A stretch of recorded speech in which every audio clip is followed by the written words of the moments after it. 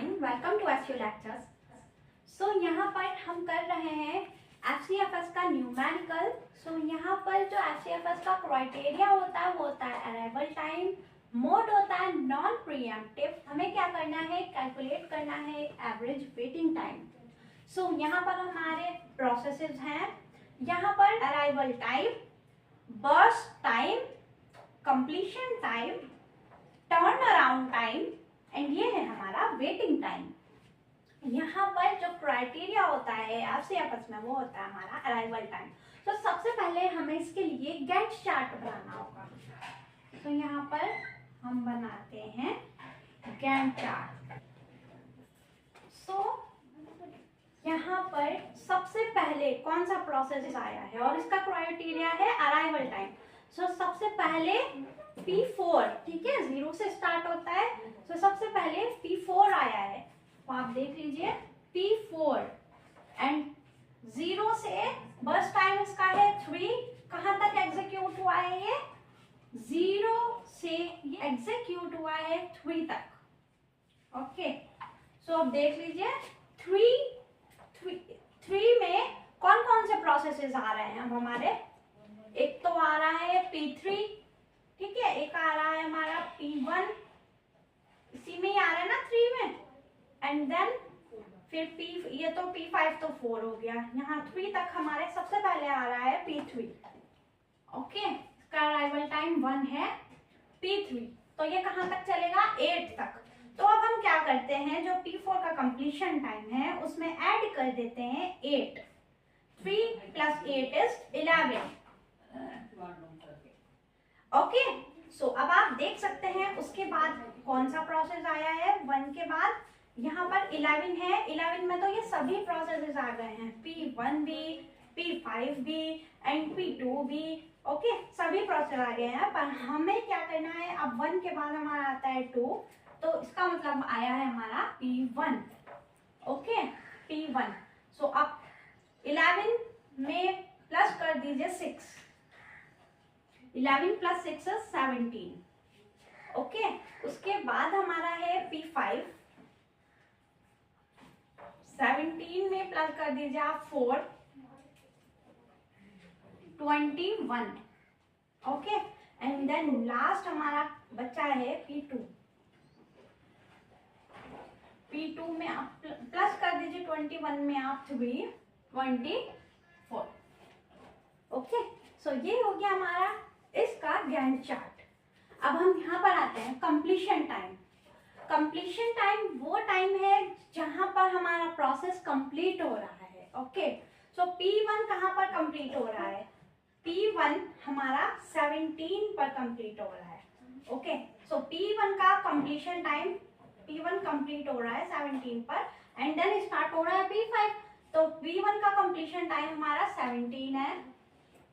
Okay, P2 का completion time हमारा 24, P3 का 11 है, P4 का 3 है, P5 का 21 है।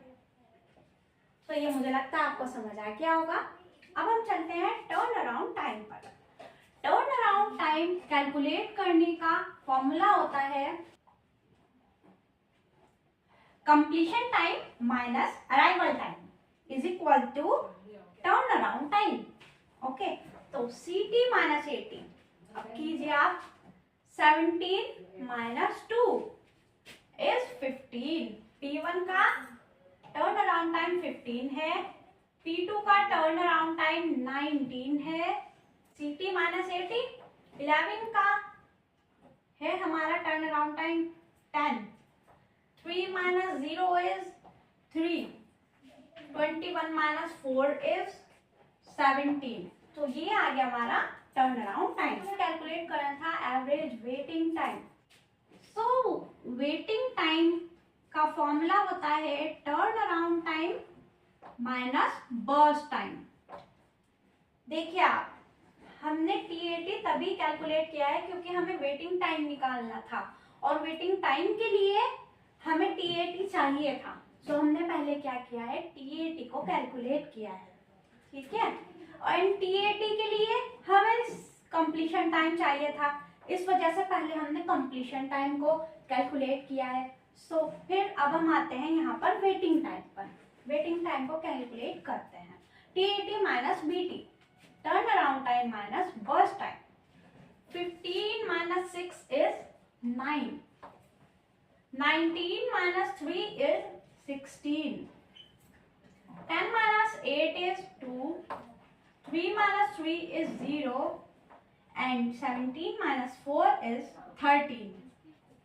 ओके, सो अब आप देख लीजिए, हमें चाहिए एवरेज वेटिंग टाइम।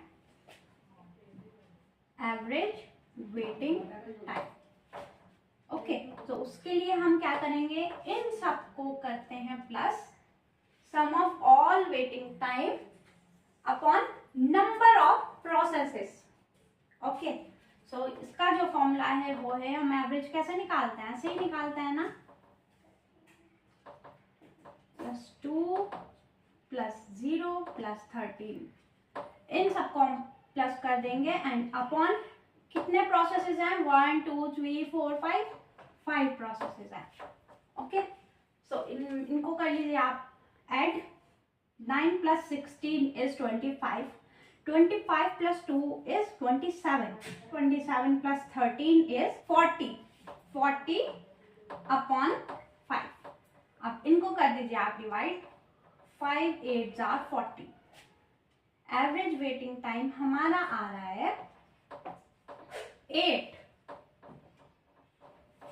ओके, सो मुझे लगता है कि आप लोगों को ये समझ आ गया होगा। सो अगर आपको मेरी वीडियो पसंद आई हो सो प्लीज़ लाइक करें, सब्सक्राइब करें एंड शेयर करना ना भूलें। Thank you.